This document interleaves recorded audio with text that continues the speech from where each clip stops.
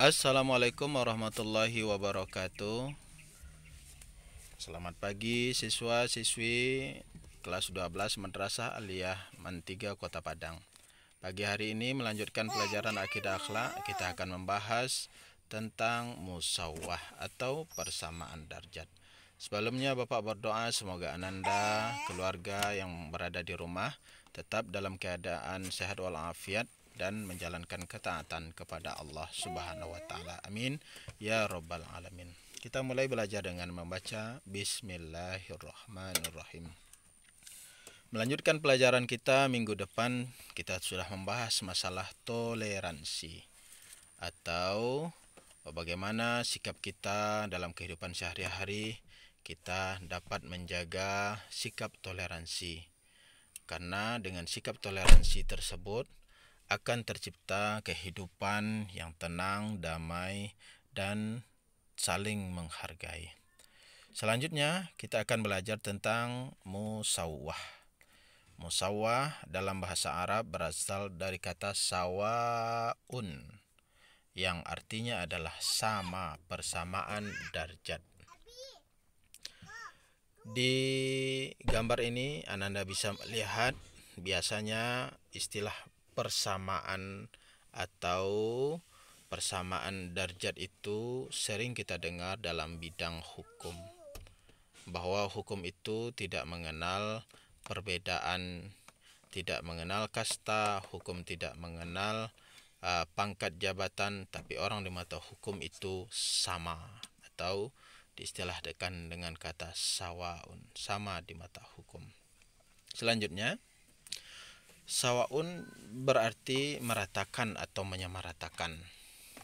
Secara istilah, musawwah itu sendiri adalah sikap terpuji, di mana memandang bahwa setiap manusia memiliki harkat dan martabat yang sama, dan harkat martabat itu telah diberikan oleh Allah Subhanahu wa taala.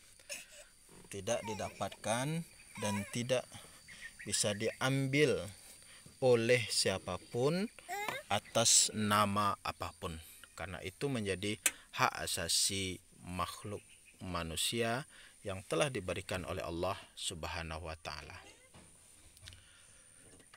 Kemudian sikap musawwah ini sering kali dipakai dalam bidang hukum.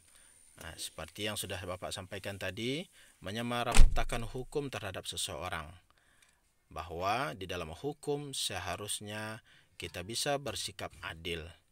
Adil di sini dapat kita lihat dengan gambaran di masyarakat, bahwa adil itu tidak memihak dan tidak memihak atau condong kepada sesuatu. Adil itu tidak melihat suku bangsa. Nah, karena di mata Allah suku bangsa, bagaimanapun bentuk suku bangsa kita, warna kulit, bentuk rambut, dan lain sebagainya, kita tetap sama, sawa atau musawwah, sama di mata Allah Subhanahu wa taala. Hukum itu juga tidak memandang kaya atau miskin. Seharusnya hukum itu juga tidak memandang apakah dia orang biasa atau dia orang yang sedang berkuasa. Kata Ali bin Abi Thalib, sahabat Nabi, pandanglah perkataannya, bukan dipandang orangnya. Unzur ila man qala wala tanzur man qala. Lihatlah apa yang dikatakannya, jangan dilihat apa yang dikatakannya. Sehingga satu kepastian di dalam agama kita memandang manusia itu sama, dan yang membedakannya adalah ketakwaannya kepada Allah Subhanahu wa taala.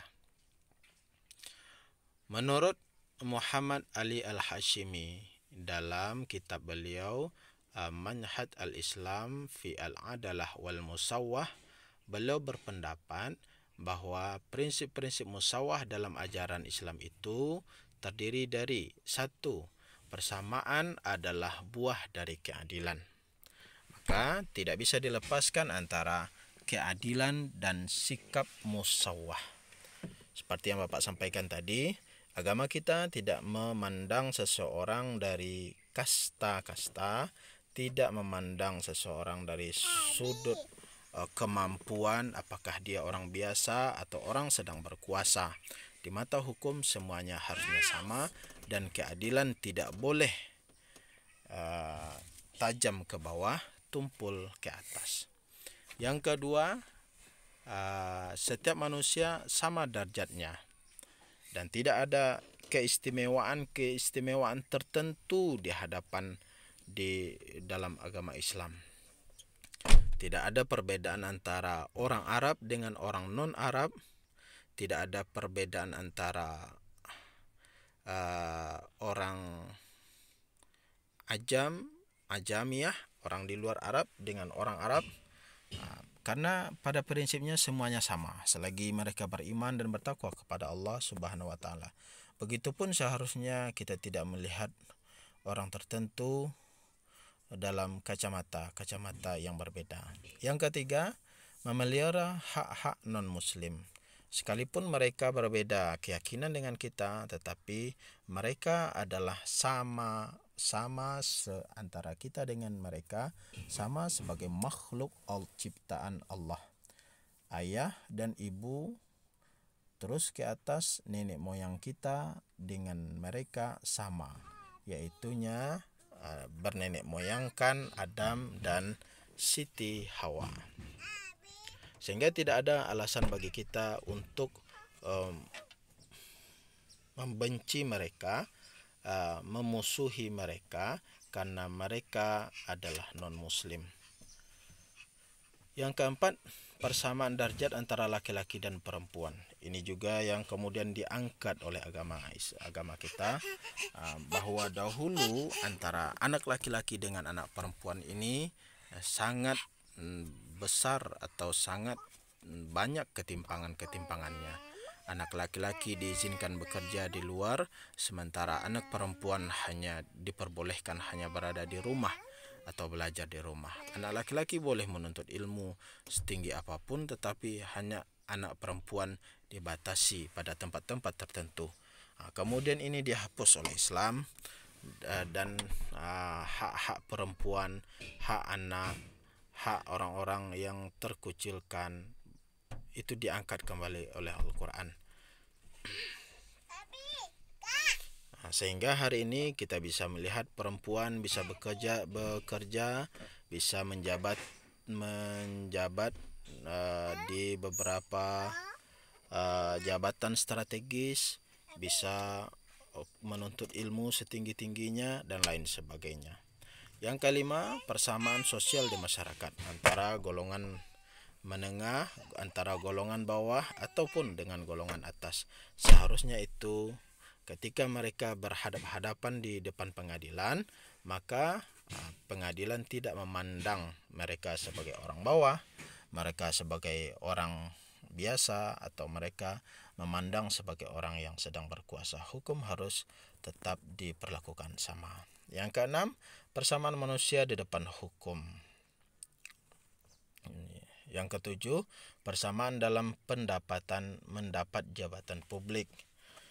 Dan ini terus digaungkan, terus disemarakkan kembali, bahwa di jabatan-jabatan strategis minimal di negara kita ada 30% keterwakilan kaum perempuan. Sehingga semua lini kehidupan tidak dimonopoli oleh kaum laki-laki. Tidak dimonopoli oleh kaum laki-laki. Yang kedelapan, persamaan didasarkan pada kesatuan asal bagi manusia. Kenapa kita harus meyakini bahwa kita adalah sama? Karena memang kita diciptakan dari nenek moyang yang sama. Sehingga sekalipun kita berbeda pendapat, berbeda pandangan, tetapi kita harus saling menghormati sebagai sesama anak cucu keturunan Nabi Adam alaihissalam. Selanjutnya, bagaimana kita membiasakan perilaku musawwah? Bagaimana kita membiasakan perilaku musawwah ini dalam kehidupan sehari-hari? Karena ini penting untuk diterapkan. Pertama, kita ambil contoh bagaimana ketika Rasul SAW ditagih hutang oleh orang Yahudi yang utang itu telah jatuh tempo, namun Yahudi ini menagihnya dengan kasar, sehingga para sahabat ketika itu banyak yang marah dan hampir-hampir mengganggu Yahudi tersebut. Kemudian Rasul Shallallahu Alaihi Wasallam bersabda, jangan biarkan dia marah, karena ketika itu dia marah, dia adalah orang yang mempunyai hak untuk bicara, karena dalam posisi dia ketika itu sedang menagih hutang yang sudah jatuh tempo. Begitu Rasul menghormati orang Yahudi sekalipun dia berbeda agama, berbeda bangsa, berbeda keyakinan dengan kita. Contoh yang kedua, Khalifah Umar bin Khattab radhiyallahu anhu pernah mengirimkan surat kepada gubernurnya, yaitunya Abu Musa al-Asy'ari, di mana beliau pernah mengirimi gubernur tersebut dengan sebongkah tulang, dan di tulang tersebut Khalifah Umar memberikan tanda dengan garis lurus, dan di sana Abu Musa bisa mengambil pesan dari tulang yang dikirim tersebut bahwa Khalifah Umar berpesan, kalau kamu menghukumlah dengan adil, samakan antara manusia di hadapanmu, setiap orang bisa duduk di majelismu, dan setiap orang bisa mendapatkan hukumanmu dengan adil, sehingga yang lemah tidak berputus asa dengan rasa keadilan, dan orang mulia tidak mengharapkan kecuranganmu ke depannya.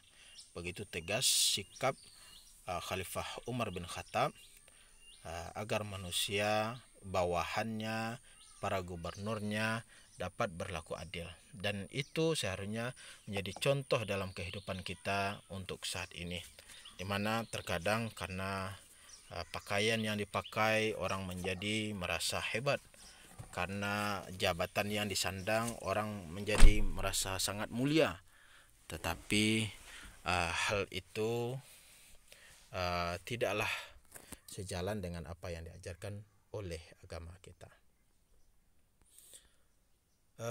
Untuk hari ini tugasnya Ananda silahkan mencari contoh sikap musawah dalam kehidupan sehari-hari. Demikian, terima kasih. Assalamualaikum warahmatullahi wabarakatuh.